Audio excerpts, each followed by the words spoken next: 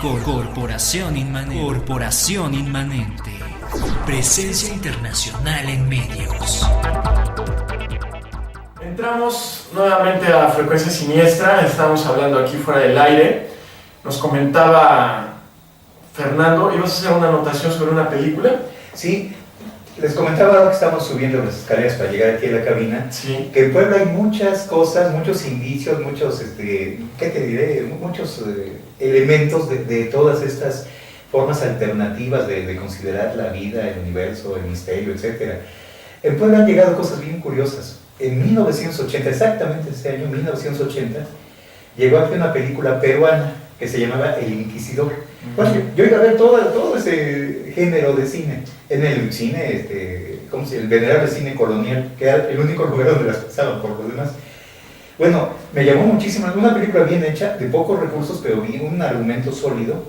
Y lo más interesante del asunto, se trata, claro, de un inquisidor allá en la ciudad de Lima, que junto con México eran los dos baluartes del catolicismo aquí en América, pero resulta que, bueno, empieza en la actualidad y se va haciendo toda una historia, y resulta que al final ganan las brujas. Digo, increíble, algo increíble. Digo, en Puebla acabando el ensayo, pasó esto, vamos a saber de la película, ¿no? Con el yugo católico que existe en la ciudad.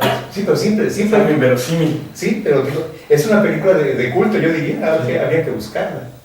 Satanás, una versión dice que cuando los Illuminati, hermandad en un principio de científicos, decidieron abandonar Roma debido al acoso de la iglesia, los cuales los asesinaban brutalmente y sus cadáveres eran abandonados en las calles, pasaron a la clandestinidad, donde empezaron a mezclarse con otros grupos de refugiados que huían de las purgas católicas.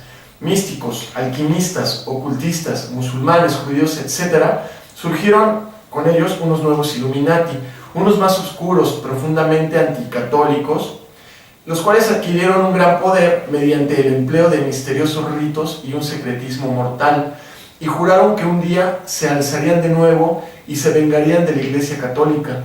Su poder creció hasta el punto de que la Iglesia los consideró la fuerza anticristiana más poderosa de la tierra. El Vaticano tildó a la hermandad de Shaitán.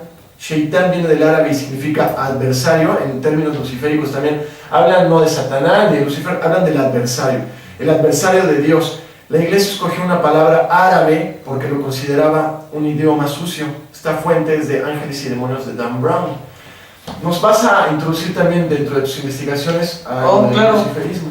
En cuestiones de luciferismo, pues acá te presento un libro de la autora Likit Peck, que de hecho es contemporánea de Dan Brown. De hecho, ella en su libro escribe que Dan Brown ha sacado muchas ideas de ella, e incluso ahí viene lo del Código Da Vinci, conspiración, ángeles y demonios y demás. Pero bueno, eso están ustedes que lo investiguen, está muy bueno el libro. Se llama La historia secreta de Lucifer, de Likit Peck. Una de las cosas de que se origina esta cuestión de los luciferismos y los Illuminates es que en sí era una secta cismática, nombrada así por su fundador, que fue el protagonista, que se le llamaba Luciferido de Cajilan. Este personaje da su origen ante el rechazo político, religioso, social ante Constantino II.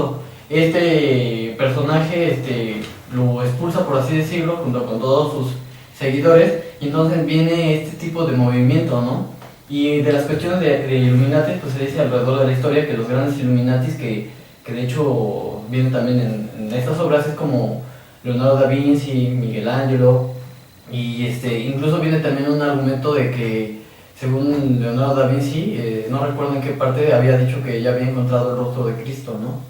Esta cuestión sobre donde se denota en el manto, obvio, que ya hoy es lo que investigué antes de venir al programa, que dicen que eso es nada más una invención, una treta de... Sigue estando sólido, intacto, ahora sí los restos de Cristo, si es que sí realmente los dejó, no se sabe. Puede ser que sea un esfuerzo de la Iglesia Católica por mantener pues su poder, ¿no? Eso a lo mejor puede ser un tema para otro programa. Claro. ¿Y qué nos puedes hablar también, Fernando, de todas estas cuestiones, por ejemplo, de la doctrina del luciferismo?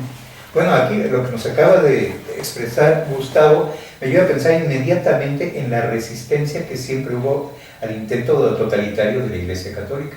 Esa película que les decía peruana, pues nos está hablando también que en esas dos ciudades, en México y en Lima, había una resistencia encarnizada contra todo eso. Pero eso no aparece en las historias oficiales ni oficiosas, ¿no? Eso se oculta. Pero una resistencia grande. Aquí en México vamos a Vicente Rivera Palacios, y cuando habla de Martín Garatuza. Son personajes de novelas de ficción, pero sí, pero están basadas en cosas muy reales, ¿no? Martín Garatuza tenía una amiga bruja, y entre los dos les hacían velas de Caína a los clérigos católicos, a los inquisidores, a los dominicos, ¿no? Sobre todo. Es un movimiento de resistencia. Esto que nos dices es un movimiento de resistencia, claro, también. ¿Y cómo se logra esa resistencia? ¿Cómo se consolida? Precisamente afirmando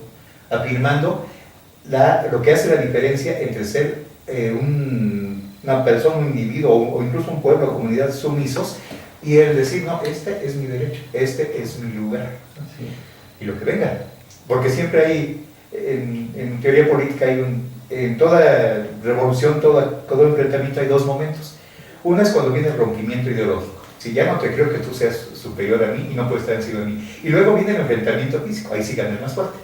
¿Sí? Y ahí se da eso, la parte ideológica, que tiene un parangón con lo que hizo precisamente Aleister Crowley. Sale, dentro ideológicamente. Sí. Otra de las cosas que también está atiborrada toda la propaganda, en general religiosa, aunque aquí nos toca la católica, ¿no? Es de que hacen ver a los brujos, a las brujas, a los satánicos como gente ignorante, gente de baja estopa, gente sin mayor sensibilidad. Fanática, ¿no? Sí, y no, para nada. Hay de todo en todo, pero realmente los que encabezan esa resistencia a la opresión, pues son gente muy preparada. Yo no sé si ustedes sepan, yo me quedé nada más con ese dato hace muchos años, me lo dio un amigo mío, también muy aficionado a los libros, de que aquí a Puebla vino a dar una secta de los alumbrados. No saben de qué se trata eso. Porque venían precisamente huyendo de la persecución de la Inquisición en España. Y fue al principio de la existencia de Puebla. Porque hay de ese tipo de hay que investigar.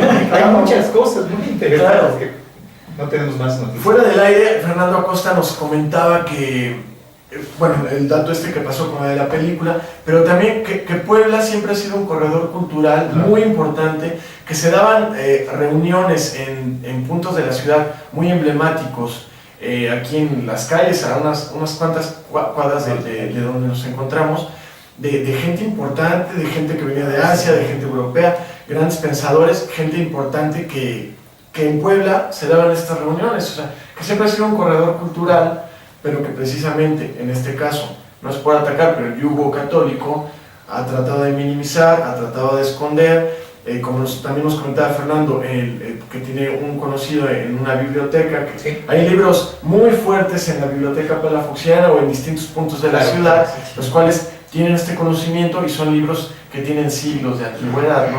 Entonces, como siempre, lo que nos quieren imponer, la dualidad entre el bien y el mal, es contra lo que están luchando los luciferianos, con lo que batalló Crowley, con lo que la Bey también quiso en su momento dar a conocer, pero los ocultistas, los nigromantes, toda esta gente que vienen de miles de años atrás, las brujas, el conocimiento que uno tiene por dentro, el derecho a ejercer la magia, a autodeificarse, como dicen los luciferianos, todo esto es lo que la Iglesia Católica ha tratado de que renuncies a, ¿no, Gustavo?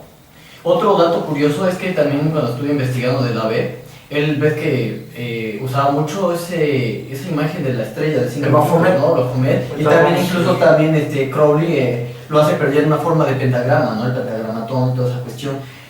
Cosa curiosa, tiene mucha relación con la filosofía, yo que soy ahora sí estudiante de filosofía, tiene mucha relación con los pitagóricos también usaban ese emblema. De hecho, para hacer una de las sectas pitagórica, ves que los antiguos griegos se grababan ese signo, como los cristianos era el pescadito, se identificaban y entraban y lo mostraban, porque el máximo redentor de esa secta era Pitágoras, que era el gran maestro. Y se dice que esa estrella tiene un significado bastante extraordinario que se basa en el número Oblingue, que es el número codificado del universo. Y si tú descompones a la estrella, desde la máxima expresión a la mínima expresión, se da un código donde se cree que ahí puedes codificar la verdad absoluta del cosmos, porque se descompone y de ahí los griegos se basan para hacer su arte.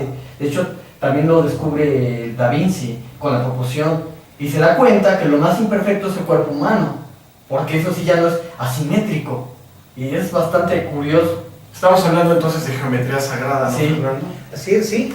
Estaba pensando precisamente la fórmula de la proporción dorada es raíz cuadrada de 5 menos 1 sobre 2.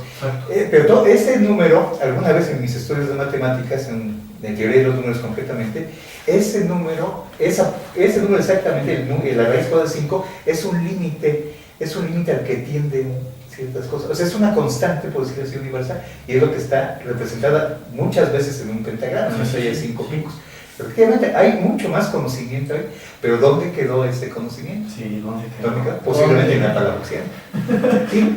Yo siempre me he hecho una pregunta así, ahora que ya es, bueno, ahora desde 1978, que vino José López Portillo, me acuerdo muy bien, a inaugurar la biblioteca, y fue cuando le dieron el banderazo de salida al culto palabra, porque es todo un culto muy extraño también, ¿sí? Recuerdo que siempre me he hecho la pregunta, bueno, ¿y de dónde sacó el buen señor Palafox y Mendoza y sus sucesores y todos, de dónde sacaron los libros? Pues, la industria editorial no era la de ahora, ¿no? Sino que eran cosas muy especiales, eran privilegios de gente muy adinerada y además con la cultura suficiente para solicitarlos, o sea, mandaban a hacer copias de libros antiguos, ¿no? En otros idiomas, ¿no? Entonces, ¿dónde los sacó? ¿Qué hizo? O sea, ¿cómo se hizo de los libros, no? No los pudo comprar, nadie se los hubiera regalado. ¿No habrá sido de los libros que confiscó a los que perseguía la Inquisición? Porque todo lo que vemos nos pone las cosas más inocentes, ¿no? Las cosas de... donaciones, cosas esas, ¿no? Que es lo... Sí, te digo, pero los libros, ¿no? Temas muy triviales, digamos. Triviales, digamos, sí, pero los otros, porque sí los hay. Todos los de alquimia, los de necromancia, los de magia, porque también los hay. Sí. ¿Cómo los obtuvo? Estamos hablando que la magia, señores, es el verdadero poder. No es el poder político, no es el poder de las armas, el poder de la guerra de un país contra otro. El verdadero poder está dentro de uno genera la magia, y la magia es el poder primigenio de la humanidad, ¿no, Fernando? El programa lo empezamos con Black Funeral, un track de donde fue miembro Michael W. Ford, que ahorita es el principal activista de lo que es el luciferismo moderno, del cual vamos a hablar un poco en el siguiente bloque. Ahora nos vamos con otro corte musical, con Centron. El track se llama 666, un grupo alemán de electro, EBM e industrial. Agrotech también puede ser un poco Centron. Volvemos a Frecuencia Siniestra después de ese corte musical. Corporación Inmanente. Presencia internacional en medios.